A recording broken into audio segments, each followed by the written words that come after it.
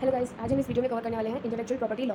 सो intellectual property का मतलब क्या होता है कि इंटेलेक्चुअल प्रॉपर्टी से मेंटल प्रॉपर्टी हो जाती है। ये एक तरीके की मेंटल प्रॉपर्टी, मेंटल कैपेबिलिटी से रिलेटेड होती है, जो इसको हम कह सकते हैं intellectual property is an idea. ये एक आइडिया के तौर पर काम करती है, डिजाइन के तौर पर काम करती है, इन्वेंशन मतलब आविष्कारों के तौर पर काम करती है, मैन्युस्क्रिप्ट मतलब ये एक तरीके की लिखी हुई चीज़ों पर वर्क करती है, which can ultimately give rise to a useful product and application. ये आपको किसी प्रोडक्ट या एप्लीकेशन के तौर पर विशेष तरीके से प्रॉफिट कराती है।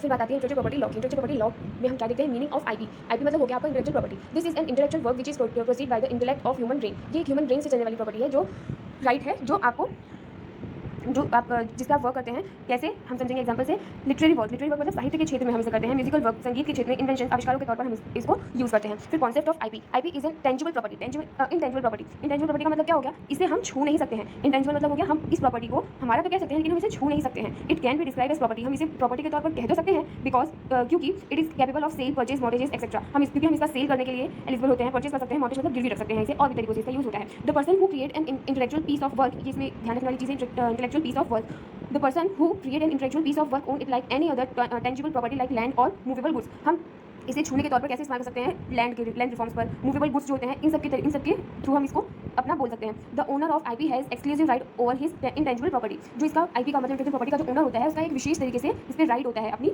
इंटेंजिबल प्रॉपर्टी पर। No one can make use of IP without the consent of the owner of the IP. कोई भी बिना ओनर के इसको अपना हक नहीं दिखा सकता, इस पर कोई भी अपना हक नहीं दिखा सकता है बिना ओनर की इजाजत के।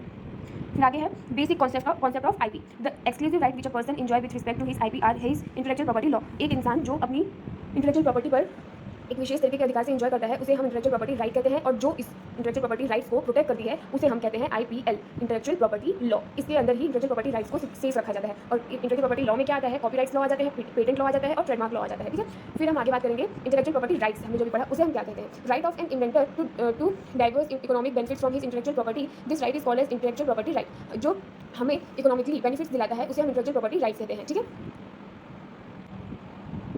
फिर आगे है objective of granting IPR, intellectual property rights, to enhance the performance level of institute. ये परफॉर्मेंस के तौर पर इंस्टीट्यूशन में परफॉर्मेंस के तौर पर काम करती है। To give recognition of financial benefit to the effort of the creativity. ये जो रिकॉग्निशन और फाइनेंशियल बेनिफिट्स होती है, इसमें एफर्ट डालती है। To create competition among the researchers and institutions for equality of research. ये दो लोगों के बीच में कॉम्पिटिशन क्रिएट करती है। To have return and investment in researches, ये इन्वेस्टमेंट के लिए भी आती है यूज में।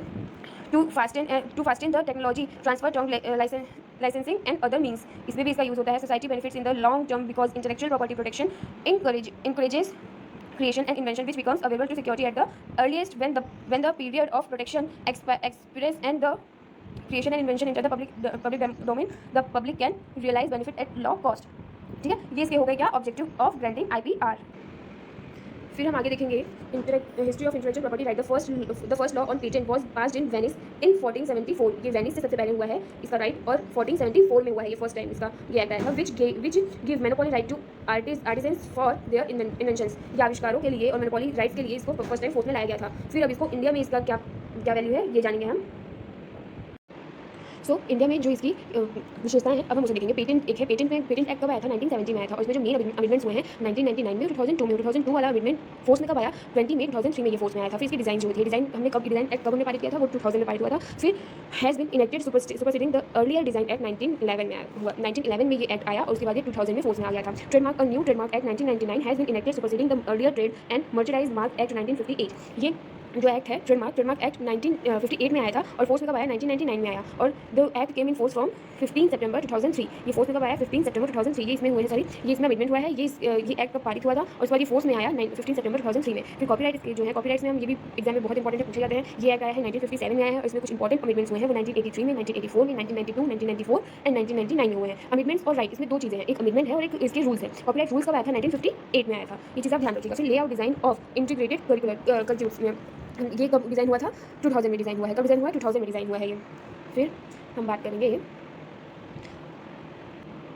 फिर बात आती है लेआउट डिज़ाइन एंड इंटीग्रेटेड कर्व्यूज। ये कब डिज़ाइन हुआ था, 2020 में, ये तो आपको बताया मैंने। फिर आती है बात प्रोटेक्शन ऑफ अनडिस्क्लोज्ड इन्फॉर्मेशन। ये एक्सक्लूसिव लेजिस्लेशन एग्जिस्ट जो है 1872 में डिस्कवर हुआ है। फिर जोग्राफिकल इंडिकेशन जो है, the geographical indication of goods मतलब क्या होती है कि किसी चीज़ के बारे में इंडिकेट करता है। ये किस चीज़ से रिलेटेड है, रजिस्ट्रेशन एंड प्रोटेक्शन से रिलेटेड है। और ये एक्ट कब आया था, 1999 में आया था। और ये वाला जो है इतना पूछा नहीं जाता है कि नजर डाल लीजिएगा बस। फिर नेशनल बायोलॉजिकल डाइवर्सिटी एक्ट 2003 में आया है। ये थे इंडिया में इसके कुछ इंपॉर्टेंट एक्ट, और इसमें से आपको ये कॉपीराइट, फिर पेटेंट वाला, उसके बाद इन सब चीज़ों को थोड़ा सा ध्यान रखिएगा, किस एग्जाम से पूछे जाते हैं। So guys, hope you like it, thanks for watching, see you in the next video.